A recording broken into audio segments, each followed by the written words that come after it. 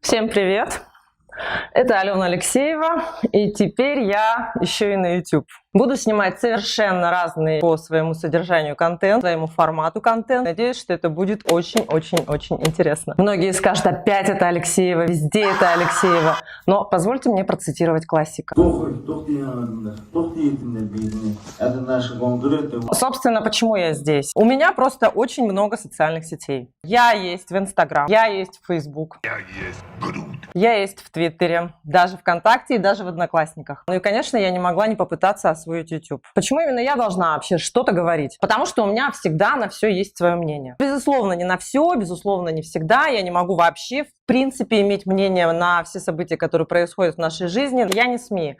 Я делаю акцент только на том, что, на мой взгляд, мешает мужчинам, женщинам, детям, горожанам, селянам ощущать счастье. Вот это для меня ключевая позиция. То, что происходит в других социальных сетях, я имею в виду в своих аккаунтах, это, немножко, понимаете, есть какое-то вечное ощущение недосказанности. Есть такое ощущение, как будто я не до конца развила мысль, что я не смогла правильно подобрать смайлики, чтобы описать ту или иную эмоцию, которую я испытываю. Это крайне сложно, это очень энергозатратно. И я решила, что, в принципе, проще так.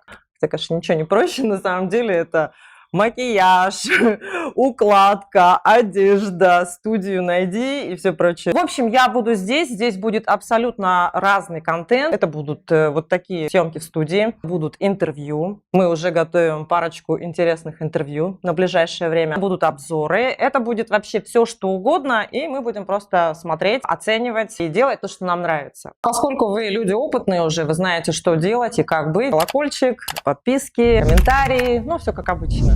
Я буду периодически смотреть в телефон, потому что первый выпуск, немножко волнуюсь, вдруг что-то забуду. Тут у меня есть небольшая шпаргалка. Так, и надо же какую-то тему, в принципе, взять за основу для того, чтобы начать этот пилотный выпуск. И, конечно, самое интересное – это то, что происходило на этой неделе. Что было самого важного на этой неделе? Это наш любимый, уважаемый, наш вечный президент Владимир Владимирович Путин со своим посланием. Хочется сказать, что послал он нас далеко и надолго. Я думаю, все это уже обсудили, все уже обмусолили, все уже прочитали всевозможные отзывы на послание и на основные моменты, которые затрагивало выступление президента. Вкратце, что можно сказать? Грядут реформы. Эти реформы, по сути, означают, что Владимир Владимирович с нами еще очень-очень надолго. Формально его президентство заканчивается в 2024 году, но это еще ни о чем не говорит. Знаете, как президент Назарбаев, да? Вот прям оттуда, мне кажется, в чистом виде калька. Основные моменты выступления какие? Это вот прям социалка вообще, да? То есть вот у нас проблемы с демографией, у нас дети не родятся, надо с этим что-то делать. Теперь дают материнский капитал за первого ребенка, повышенный мат-капитал за второго ребенка и за третьего ребенка 450 тысяч на погашение ипотеки. После этого послания у нас произошло тоже удивительное, распустилось правительство. Вы держите здесь, вам всего доброго. Так вот, правительство ушло в отставку. И что же это означает? Это означает, что сейчас начнется какая-то очередная рокировка. Кого-то поменяют, да, то есть мы, в принципе, слышали, что сам Путин сказал. Видно было, что кабинет министров в шоке. То есть вот по реакции прям видно было, что это такой сюрприз. То есть по факту что он делает? Он сейчас укрепляет те позиции, которые потенциально, возможно, он в будущем после 2024 года займет. Потому что он уже понятно, что не планирует после этого срока быть президентом. Все формируется таким образом, что позиция президента, она будет такая, условно, номинальная. Весь управленческий функционал, потенциал будет уже создан в других структурах, которые на данный момент Путин и пытается путем реформы усилить. Да? Собственно говоря, вкратце это примерно так. То есть мы, условно, получим того же Путина, но немножко в другой роли. То есть он просто перейдет и будет дальше продолжать управлять государством. Почему я говорю вечный Путин? Самое главное, за что взялся, это Конституция. Зачем реформировать или зачем изменять Конституцию, если, по сути, это все равно главный закон внутри государства? На самом деле перспективы очень-очень нерадужные. Хоть я это говорю с улыбкой на лице, но это просто, можно сказать, от грусти. от грусти. Мне очень действительно грустно. Мне очень грустно наблюдать вообще за тем, что происходит. Была какая-то вот надежда. Вот буквально до этого послания, если честно, у меня была какая-то надежда. Я знала, я понимала, что будет кризис. Он, кстати говоря, будет, скорее всего, в этом, а может быть, в следующем году, но не больше, не далее. Да? Я вас очень прошу, вы уже начинайте как-то готовиться. Что значит готовиться? Это называется начинать думать. Начинать быть осознаннее, начинать понимать вообще, что происходит, что из чего следует. Это связано с тем-то, это связано с тем-то. Если мы здесь допускаем одно, соответственно, мы будем иметь какие-то последствия завтра. Потому что, ничего не бывает просто так. То, что сейчас как бы основной проблемой ставится именно демография, именно падение рождаемости, это вообще, как бы нездоровый знак. По большому счету, ни один адекватный взрослый человек не стремится много-много-много-много рожать. Большая семья, вы счастливы. Почему? Потому что людям интересно не только с детьми быть, да, им интересно не только быть родителями. Я вообще знаю родителей, которым вообще не интересно, но они стараются изо всех сил, они стараются играть со своими детьми, они стараются общаться с ними, они стараются развивать, но адекватному взрослому человеку, давайте признаемся, вот честно признаемся, адекватному взрослому человеку неинтересно с ребенком. Поэтому давайте не будем просто себе врать. Но это все темы моих будущих эфиров, потому что тема на самом деле очень-очень глубокая, очень-очень такая детальная. Я сейчас просто, наверное, вынуждена сделаю такую затравку. Честно, простите, не специально это вырвалось, но у меня вот эмоции на основе услышанного. Мы все прекрасно понимаем, что спровоцируют вот эти вот материнские капиталы. Люди, которые рожают детей ради материнских капиталов, они, собственно говоря, вот и поступают так потом с детьми. Вот как недавно был случай. Мать оставила ребенка, мама оставила 4 детей, малышей, запертыми дома. Все это последствия вот этих самых непопулярных мер. В стране нужно решать проблемы с безработицей. В нашем, во всяком случае, регионе, да, нужно решать проблемы безработицы на селе, в системе здравоохранения, в системе образования. Игра как в города, только проблемы России. Медицина. Вам на А. Образование! То, что Путин с высокой трибуны сказал, что каждому учителю за классное руководство добавится 5000, это опять очередная косточка, на которую мы должны клюнуть. И знаете, какой вопрос вообще у меня, в принципе, вот на данный момент? А будет ли у нас наш заветный мост, если по оценкам экспертов и специалистов, вот эта вот самая нагрузка на бюджет в виде вот всех этих выплат по материнским капиталам и прочим выплатам составит где-то порядка 400 или 500 миллиардов рублей? Каковы вообще перспективы вот этого моста? Может, он так и останется в 3D-версии? Ипотека в 2%, которая была объявлена тоже в последнем квартале прошедшего года. О чем лично для меня говорит вот эта вот мера от нашего государства? Она говорит о том, что через энное количество лет у нас будут выборы. И для того, чтобы охватить вот ту самую прослойку, которая в данный момент подпадает под категорию молодежи для получения ипотеки в 2%, была и придумана эта мера. Под нее плюс замели дальневосточный гектар, проект, который по сути провалился, да, но очень-очень удобно оказывается его все-таки каким-то образом реализовать.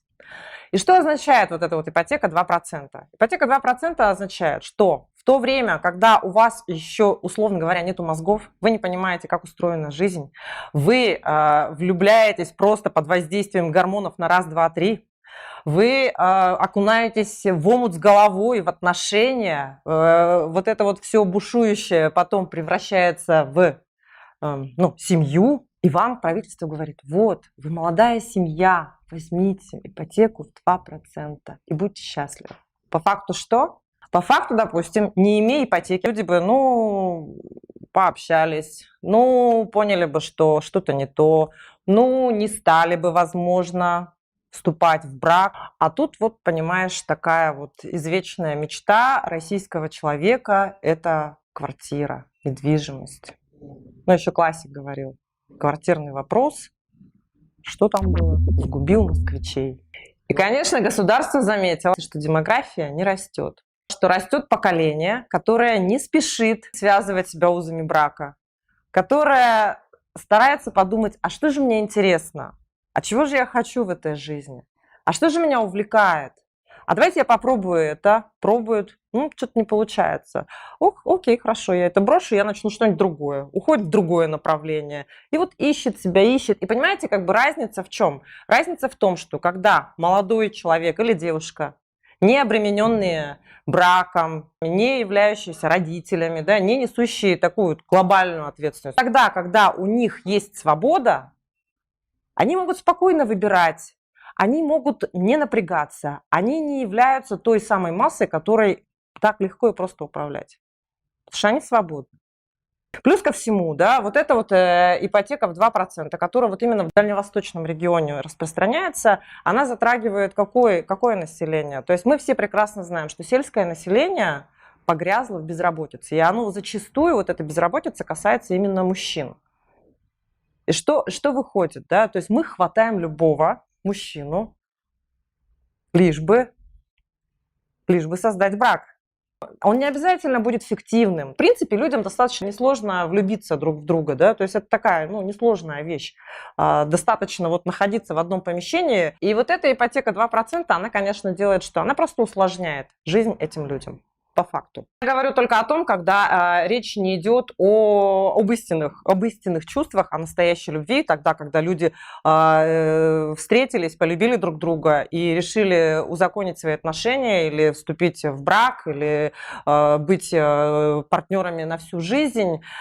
Тут, конечно, да, то есть если это просто так совпало, что 2%, это прекрасно. Но что вот происходит в наши дни буквально, да? В WhatsApp пошли объявления о том, что симпатичная сахалярка, 30 лет, выйдет замуж за молодого человека, познакомиться. Видим еще, что есть уже целые аккаунты, которые приглашают на знакомство молодых людей для того, чтобы их свести, но все-таки вот основным лейтмотивом идет именно ипотека в 2%. Ну, я считаю, что это прям уже совсем трэш, такое полное зазеркалье, полный перевертыш, все поднимается, переворачивается с ног на голову, и так, конечно, не должно быть.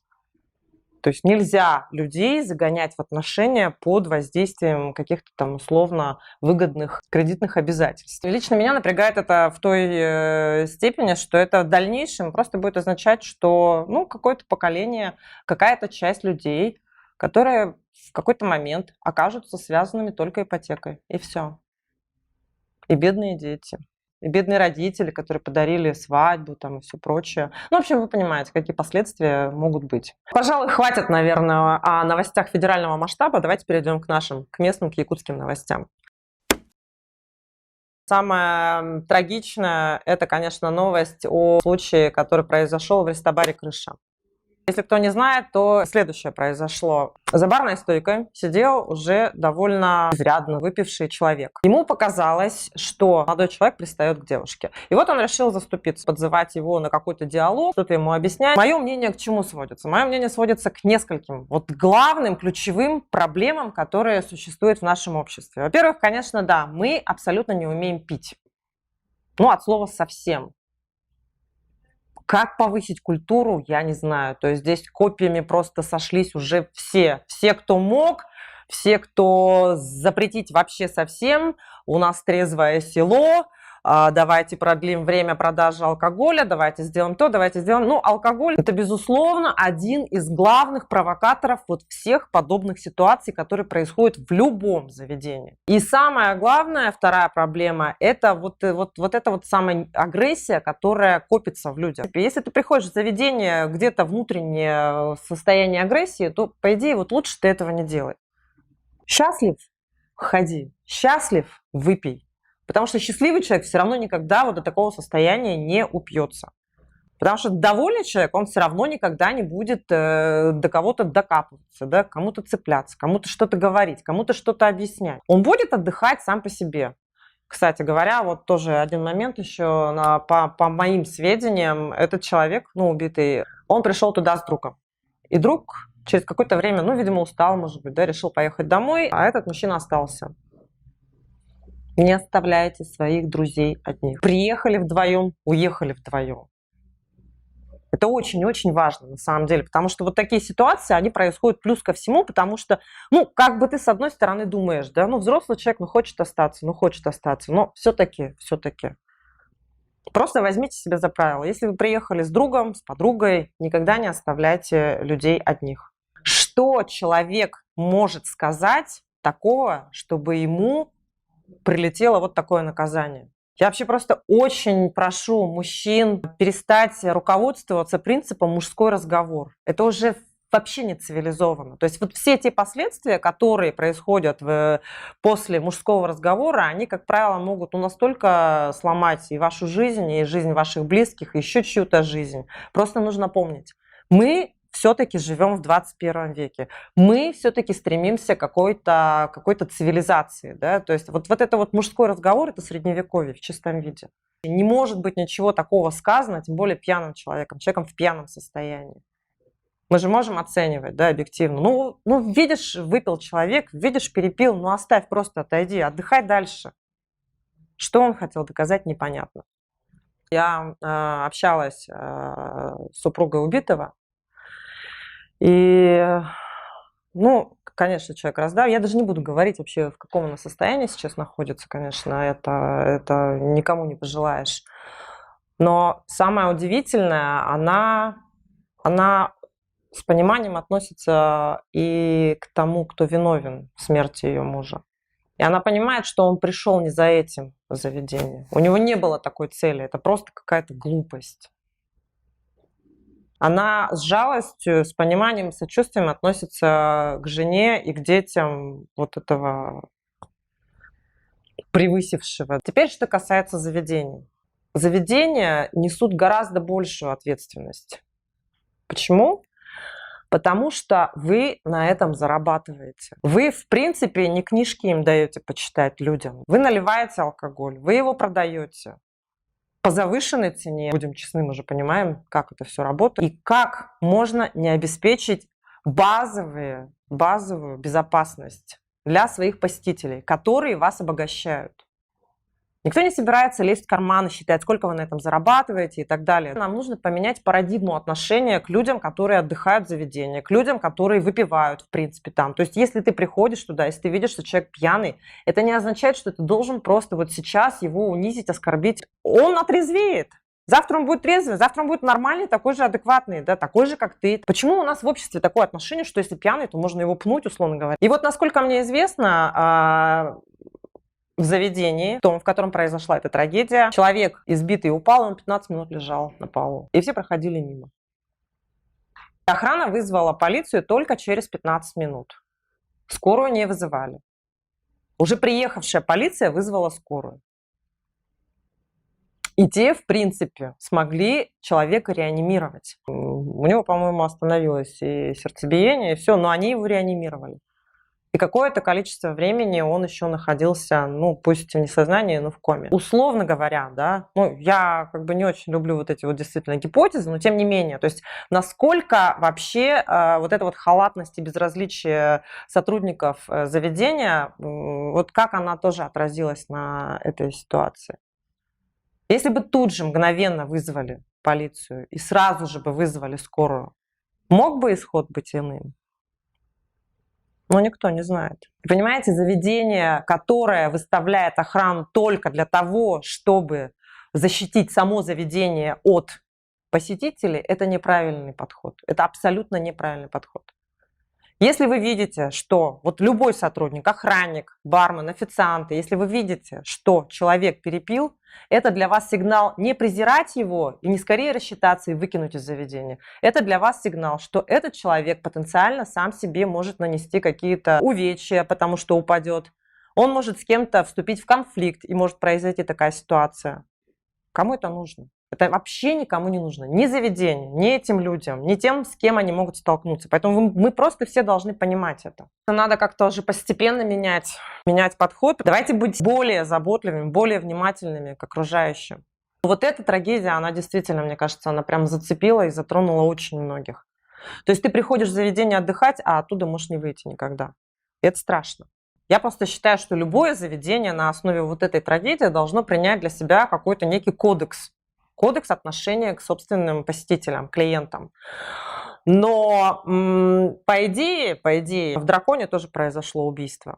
Ну, пускай это было с участием сотрудников этого заведения, но тем не менее, да, то есть тоже череда каких-то таких негативных событий привела к тому, что общественность потребовала закрыть «Дракон». Его закрыли. В принципе, вот в данном рестобаре не очень хорошая статистика, и по идее есть все основания тоже закрыть это заведение. В данный момент оно работает. Хотя в информационных источниках, в новостных СМИ были сведения о том, что его прикрыли на время. Но, как я поняла, видимо, работает. Почему? Почему такое происходит? Если заведение, в котором происходит череда таких страшных событий, продолжает работать, значит, это кому-то надо? А может, у крыши есть крыша? Нельзя же все время говорить только о негативе, потому что у нас очень много и позитивных событий происходит и в городе, и в республике. Главная новость – это, конечно, корпоративный видеоролик «Агип». Это прям шедевр. Это прям шедевр. Это прям 5 баллов. Нет, конечно, совсем не смешно на самом деле. Я вообще не знаю, я вообще не понимаю, как это вообще может быть. Даже КВНщики не вытянули. Слушайте, ну как-то это... В последние дни было очень-очень активно на позитивные новости с участием якутских дизайнеров. Первая из них – это Петр Яковлев представил свою шикарнейшую коллекцию. Теперь самые крутые модницы Москвы щеголяют в его нарядах. Хабиб Нурмагомедов опубликовал в соцсетях фан-арт якутского дизайнера. Рисунок якутянина феоктиста Алексеева оценил действующий чемпион UFC. Представляете? Круто, да? Неделю назад мексиканец Драко Родригес выложил в своем инстаграме очередную работу, которую он посвятил Карине Чикитовой. Ну, все, наверное, видели этот стрит-арт. Ну, видите, какая у нас талантливая молодежь. Ну, кто-то скажет, почему Петр Яковлев молодежь? Он вообще-то и не молодежь, а я вам скажу так. По последней классификации Всемирной организации здравоохранения молодыми людьми считаются люди в возрасте до 44 лет. На прошлой неделе посмотрела сериал «Утреннее шоу». Очень рекомендую вам посмотреть его. Классная Дженнифер Энистон. Ну, просто классная Дженнифер Энистон. Ну и, конечно, это то, что вот внутренности телевизионного шоу, как его снимают, какие интриги, какие проблемы. Естественно, это связано со скандалами с Харви Вайнштейном, то есть это некое продолжение. Но в целом, знаете, какая грустняшка? Если мы будем жить по заветам Ильича, ну, то есть не Ильича, а Владимировича, то маловероятно, что мы через 50 лет догоним вот такой подход. Ну, смотрите, оценивайте. На сегодня, собственно говоря, и все. Вы знаете, что делать. Пишите в комментариях все, что вы думаете обо мне, об этом выпуске, о тех вопросах, которые мы затронули, о тех вопросах, которые вы бы хотели, чтобы я затронула в следующих выпусках. Вообще все, что угодно. Мне это все нравится. Я люблю абсолютно все, абсолютно всех, и даже своих хейтеров, потому что я люблю людей. С вами была Алена Алексеева. Теперь меня еще и смотрят думающие люди.